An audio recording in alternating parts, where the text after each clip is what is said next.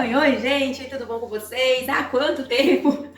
Essa minha frase tá ficando muito rotineira, porque a gente tá dando sumidas e aí depois a gente aparece, e aí a gente some de novo, mas para quem acompanha o Instagram, outras redes sociais, estão ligados aí do motivo do nosso sumiço recente, que a gente tava num Campuri e depois a gente voltou e aí tinha um monte de coisa para ser resolvida e acabou acumulando muitas tarefas. Muita correria, e aí a gente não teve como voltar com os nossos vídeos, mas a gente tá voltando hoje.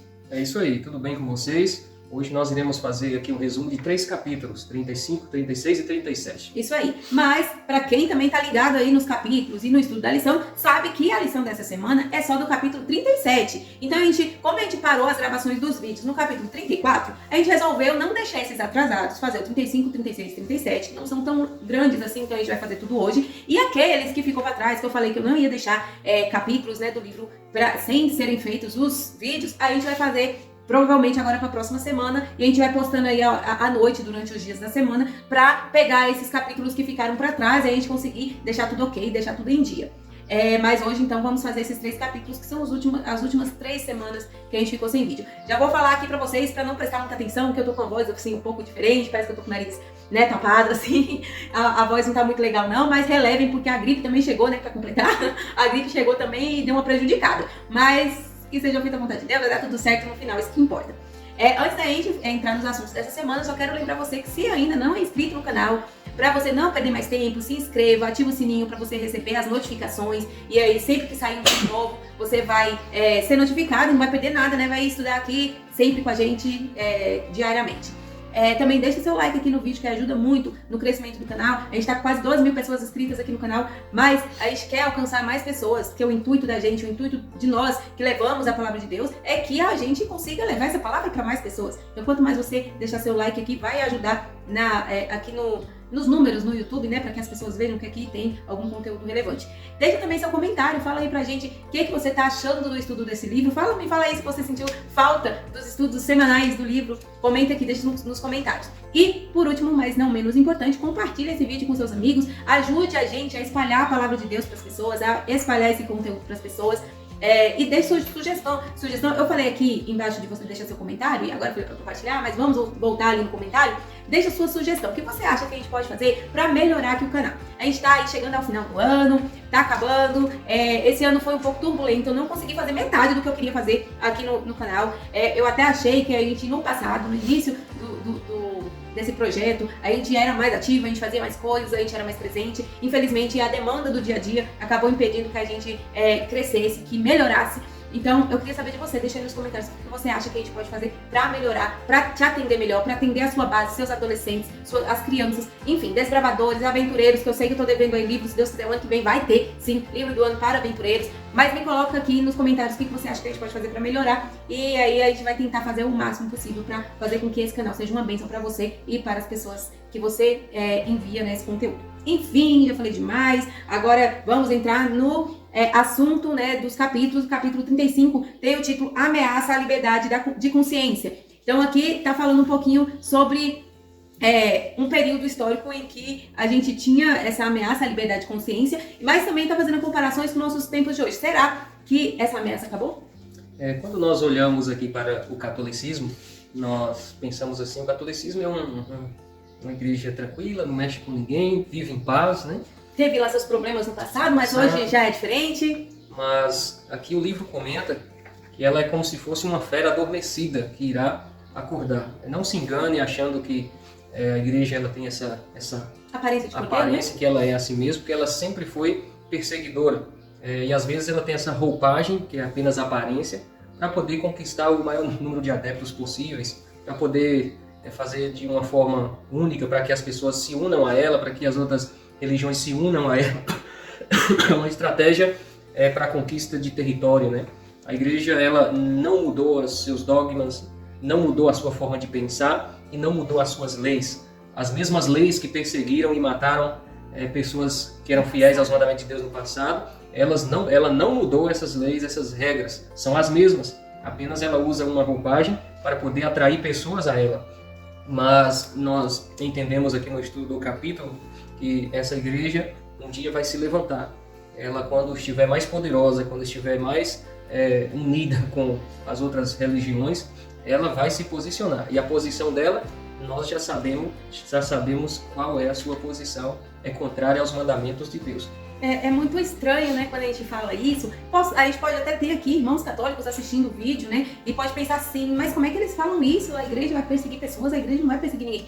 Mas no passado, assim como você falou, ela tinha suas regras, seus dogmas, sua ideologia, e isso não mudou. O que mudou foi só a forma de se apresentar às pessoas. Tem uma parte aqui que eu achei interessante, que é uma das formas que ela trabalha, que a gente não é caracterizado por uma perseguição, mas é um meio de doutrinação, de fazer com que as pessoas ajam de certa forma. Uma das formas que a igreja trabalha, né, a Igreja Católica Romana trabalha, é através de tirar a glória de Deus, o sacrifício de Jesus para a remissão de nossos pecados e colocar o ser humano como o seu próprio Salvador. Então a gente tem aqui, por exemplo, a penitência que nós pagamos para pagar o nosso pecado e alcançar assim a salvação. E isso é totalmente contrário aos ensinos bíblicos, ao que a Bíblia ensina. E da mesma forma que esses ensinos eram contrários ao que a palavra de Deus realmente ensina no passado, continua sendo assim até hoje. E aqui eu achei interessante que a Ellen White fala que a natureza humana, ela acha mais fácil fazer penitência do que se afastar do pecado. E é uma das coisas uma das formas que a igreja trabalha. Ela não ensina a pessoa a se afastar do pecado, mas faz com que, tipo, beleza, você pecou, agora você vai fazer algum tipo de penitência para pagar pelo seu pecado. Aqui fala também que é mais simples punir a carne com um pano de saco do que crucificar os desejos carnais. Então, a palavra de Deus, a Bíblia, nos ensina a nos afastar do pecado. A gente vai falar um pouquinho mais sobre a lei de Deus no próximo capítulo, mas toda a Bíblia, inclusive a lei de Deus, nos fala para se afastar do pecado. E, ao contrário disso, a Igreja Católica Romana ensina você a se penitenciar para expurgar, para apagar o seu pecado, tirando esse poder de Jesus Cristo de nos remir através do seu sacrifício, como se nós mesmos fôssemos nosso próprio Salvador. Muito bem. Uma das coisas que a igreja sempre usou e irá usar para unir as religiões é a quebra dos mandamentos de Deus. E um desses mandamentos é o 4º mandamento, que requer a observância do sábado, e a igreja adotou esse mandamento como domingo. E a primeira pessoa que instituiu essa mudança foi o imperador Constantino, que alterou a guarda do sábado para o domingo. A princípio a igreja teve resistência, mas foram criadas leis obrigando as pessoas a guardarem o domingo ao invés do sábado. Eles criaram documentos falsos, né? A história mostra que eles criaram um documento falso dizendo que foi enviado do próprio Deus que mandou, autorizando a guarda do domingo e não mais o sábado. E começaram a criar leis obrigando as pessoas a guardar o domingo. Os valdenses foram perseguidos, muitos foram mortos porque queriam continuar guardando o sábado. Um dos continente africano, principalmente os etíopes, continuou guardando o sábado porque ficou um pouco fora do poder de Roma. Uma época Roma tentou implantar a guarda do domingo, estava tendo êxito, de repente eles não aceitaram mais o poder de Roma, voltaram a guardar o sábado, que é o mandamento da lei de Deus. Então, assim, um dos pontos que a igreja sempre agiu contra Deus é com respeito à guarda do sábado. A igreja sempre impôs a guarda do domingo. E um dos pontos que vai fazer com que as outras igrejas se unam à Igreja Católica nos últimos dias é justamente esse, a guarda do domingo. Porque a maioria das outras, na realidade, a maioria das outras igrejas seguem o mesmo caminho da Igreja Católica, desobedecendo o mandamento da lei de Deus. Deus manda fazer de uma forma, eles fazem de outra. Então não há muito empecilho para as outras igrejas se unir com a Igreja Católica, exceto o povo de Deus que guarda os mandamentos de Deus e tem a fé em Jesus. Esse não abrirá mão de guardar o sábado. E será um dos pontos que irá trazer uma grande controvérsia nos últimos dias antes da volta de Jesus, que nós iremos ver um pouquinho no próximo capítulo. Sim, esse comentário que você fez agora tem muito a ver com o próximo capítulo, mas antes da gente fechar aqui o 35, eu só queria falar de um trechinho que me chamou muita atenção, que pra mim é uma das coisas assim piores, que a gente vê mesmo essa característica de usurpador de Deus, que é a questão de o líder religioso da igreja, o Papa, ser conhecido como vigário de Cristo. E vicário, a palavra significa substituto. Então ele se coloca como o representante, o substituto de Jesus Cristo. Como se fosse Jesus, como se ele tivesse o mesmo poder, né? Ele tivesse voz de comando, poder para representar Jesus aqui na Terra.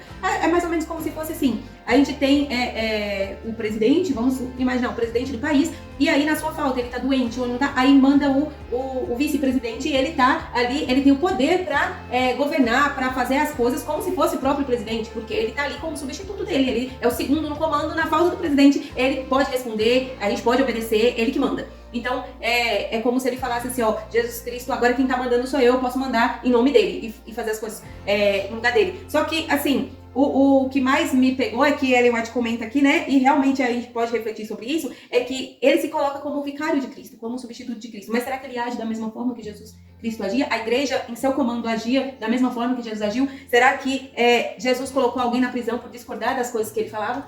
Será que ele perseguiu e mandou matar pessoas que não fizeram a sua vontade? Então, o líder se coloca, ele assume o comando como se fosse o substituto de Jesus, mas nunca age como Jesus agiu quando estava aqui na Terra. Então, será que a gente deve seguir ou se unir a uma igreja, a uma instituição em que censura as pessoas que não seguem a mesma ideia, né? Exatamente. Então, Jesus nunca agiu dessa forma. Ele sempre deixou a liberdade para as pessoas escolherem o que querem.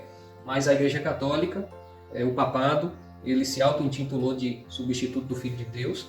E ele trouxe censura, ele trouxe leis obrigando as pessoas a fazerem a vontade da Igreja, não a vontade de Deus, a vontade da Igreja, né? E então agora no capítulo 35 fala sobre o conflito que se aproxima. E aí começa falando mais ou menos que desde o início do conflito lá no céu, Satanás ele começou esse conflito querendo destruir a lei de Deus. A primeira coisa que ele começou nesse conflito foi desautorizar a Deus, falar que a lei dele era impossível de ser cumprida e ele queria destruir a lei. E até hoje, o que Satanás mais pede é as pessoas que trabalham conscientemente ou não conscientemente a favor do inimigo, tentando destruir a lei de Deus, assim como você falou. Uma das coisas que mais perseguido é o quarto mandamento da lei de Deus, que a gente falou no capítulo anterior. Dentre outros, né? Satanás tenta destruir toda a lei. Mas uma coisa que o capítulo fala aqui que eu achei muito interessante é que quando você destrói apenas um ponto da lei, é como se você estivesse destruindo a lei por completa. Quando você coloca a palavra de Deus em risco, em questionamento, quando você questiona a palavra de Deus, você já está tirando o crédito daquela palavra. Imagine que você é um médico. E aí você escreveu um livro sobre medicina, sobre um tratamento de alguma coisa. Quando você desacredita parte daqueles escritos, automaticamente você está tirando a credibilidade de tudo que aquele médico escreveu. Porque se ele errou em um ponto, que garante que o resto que ele falou está certo? Isso mesmo.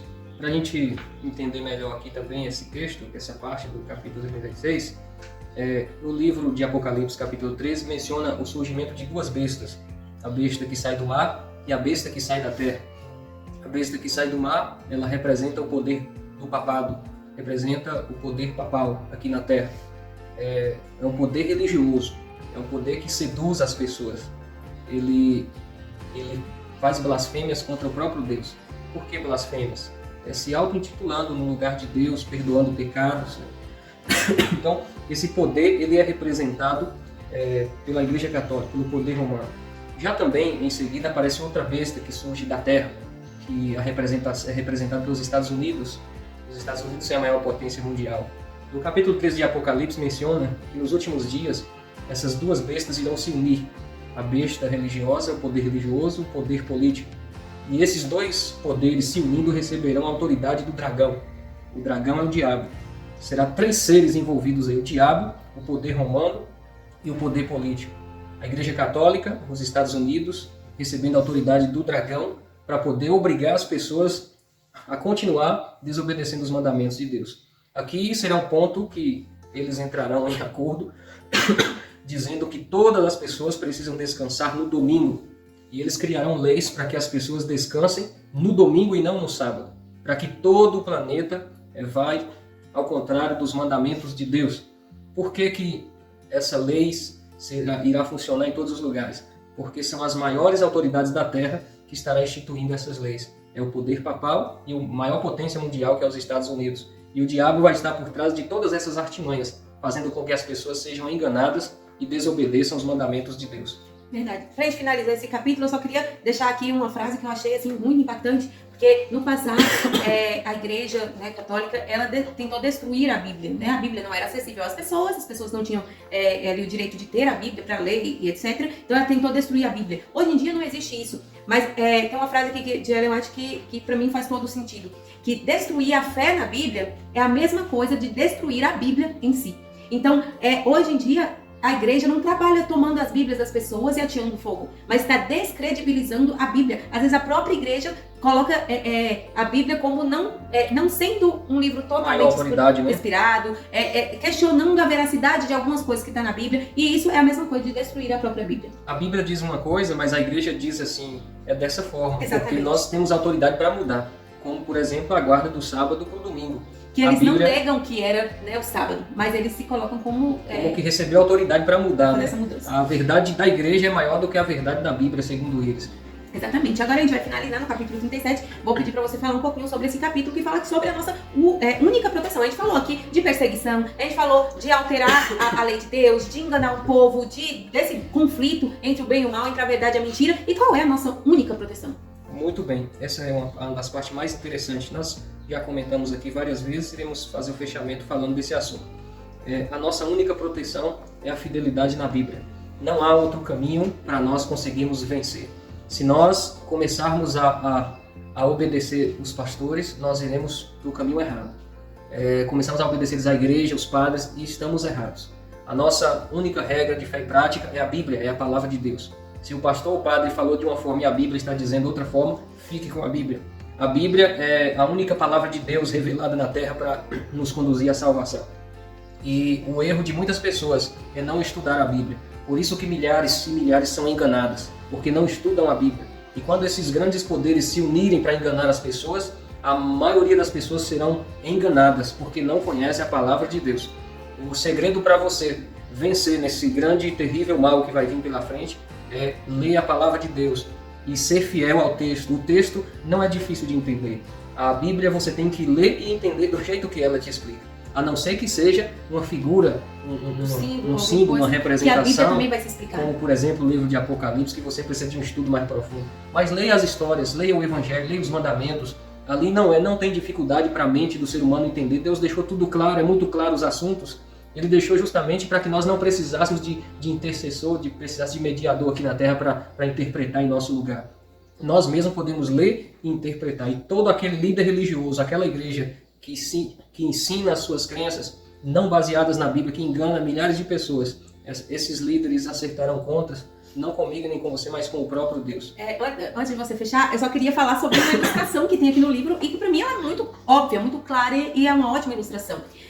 Aqui fala, né, conta a história de um viajante que ele estava indo para determinado lugar e aí ele chegou em uma ramificação onde existia várias estradas, em várias direções diferentes. E aí tinha uma placa lá indicando, né, falando cada estrada para onde ia levar cada uma daquelas estradas. Só que ele ignorou a placa e olhou assim e falou, eu acho que essa daqui é a melhor direção para eu tomar. E aí, na ilustração, Ellen White fala que esse jovem ele poderia até ter boas intenções, ele poderia estar querendo ir para um lugar legal, ele poderia ter em mente um lugar ao qual ele queria chegar. Mas as boas intenções dele não vão garantir que ele tenha pego a estrada correta. Se ele tivesse olhado a placa, lido em que direção, e qual estrada, para que lugar cada uma dessas estradas estão indo, e tivesse seguido a placa, ele ia ter a certeza de ir para o lugar certo, para o lugar onde ele queria ir. Só que ele quis fazer da forma dele, ignorando a instrução. Então, se ele tivesse pego as instruções, ele teria a certeza de chegar no lugar correto. Então, da mesma forma, a gente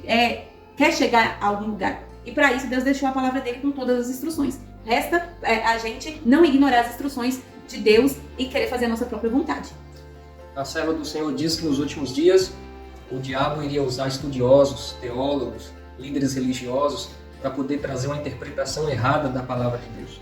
Por isso que você não deve entrar em interpretações de pessoas que estão interpretando diferente do que o texto está dizendo. Porque o que o texto está dizendo, o que a Bíblia está dizendo, essa é a palavra de Deus. Não pessoas que criam teorias, criam ideias para poder distorcer a palavra de Deus. Ela é a nossa única regra de fé e prática. Amém. Se o teólogo, o estudioso, o professor está dizendo que é assim, mas a Bíblia está dizendo ao contrário, fique com a Bíblia, fique com a palavra de Deus. Ela será a única fonte que te dará sabedoria para ficar do lado de Deus nos últimos dias. Amém. Que você tome essa decisão de estudá-la mais e permanecer fiel a Jesus. Amém? Vamos orar? Obrigado, Senhor, pelo estudo de hoje. Ajude-nos a permanecermos fiéis no estudo da palavra, na oração, para que possamos vencer as dificuldades que virão sobre nós. É o que te pedimos, em nome de Jesus. Amém. É isso aí, gente. Que você tenha um feliz sábado e a gente se encontra na próxima semana. Valeu, até mais. Até o próximo capítulo. Um abraço a todos.